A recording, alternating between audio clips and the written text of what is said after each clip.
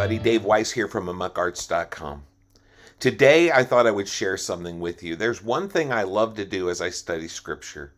I love to try to imagine what the people were thinking, because when we read these stories, it's important for us to remember these were real people experiencing real life, real problems, real struggles.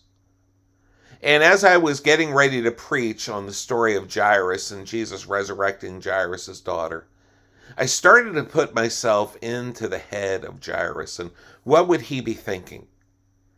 And I wrote this little Reader's Theater piece, and one of my guys, Matt Culp at church, did it. He did a phenomenal job, but I thought I would record it and share it with all of you. This I call Jairus. I wasn't sure what to do. I knew what the Pharisees said about him, but I also knew he was healing people. And my daughter was dying. I knew I had to try. I had to get to Jesus. And when I got there, there was such a crowd, and they were crushing in around him so tight that if I had been there for any other reason, I would have given up. I struggled and I fought my way through the crowd. It felt so undignified for a man in my position. I'm a leader in the synagogue, but at this point there was only one thing I could think of: my daughter. Finally, I got to him and I said, "My little daughter is dying.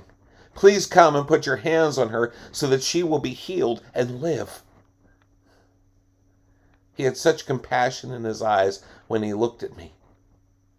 And despite the fact that everyone in that crowd wanted something from him, he came with me. We were making our way through the crowd. We're trying to get to our house before it was too late, when all of a sudden Jesus just stopped. All of a sudden, in the midst of that huge crowd, he just stopped and said, "Who touched my clothes?" What? Who touched my clothes?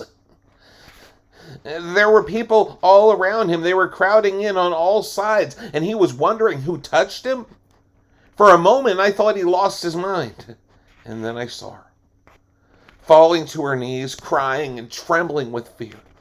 She told him what had happened, how she had been sick for 12 years, how she spent all she had with doctors and no one could help. She just kept getting worse. Somehow she knew that if she touched his clothes, she would be healed. And in that moment, I understood. Many people touched him that day, but only one touched him, really touched him, and she was healed. Healed of a 12-year ailment with a touch. It was then that I knew I had come to the right man. He told her, "Daughter, your faith has healed you. Go in peace and be freed from your suffering." Her condition had made her untouchable, but Jesus called her daughter.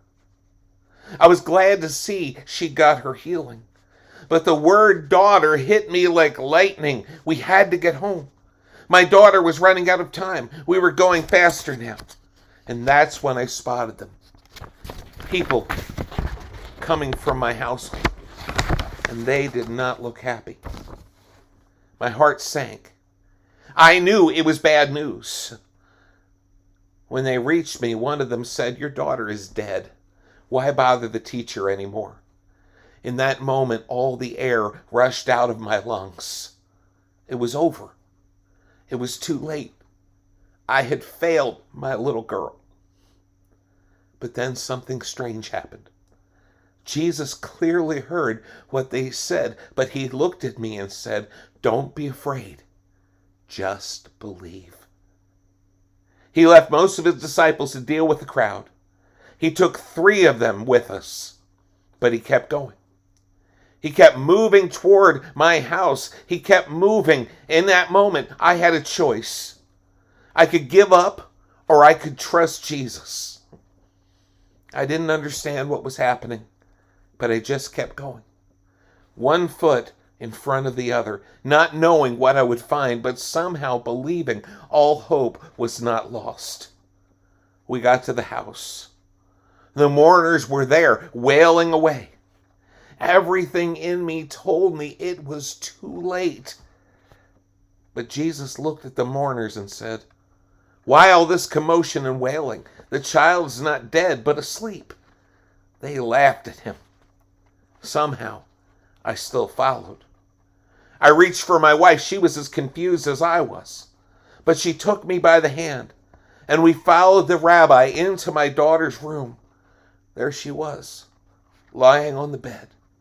She was 12 years old, but she looked so small, so pale, so cold. She was dead. It was a sight you don't soon forget. Jesus took her by the hand. At first I thought he was joining us in our grief, but then he spoke. Just two words in Aramaic, Talita kum.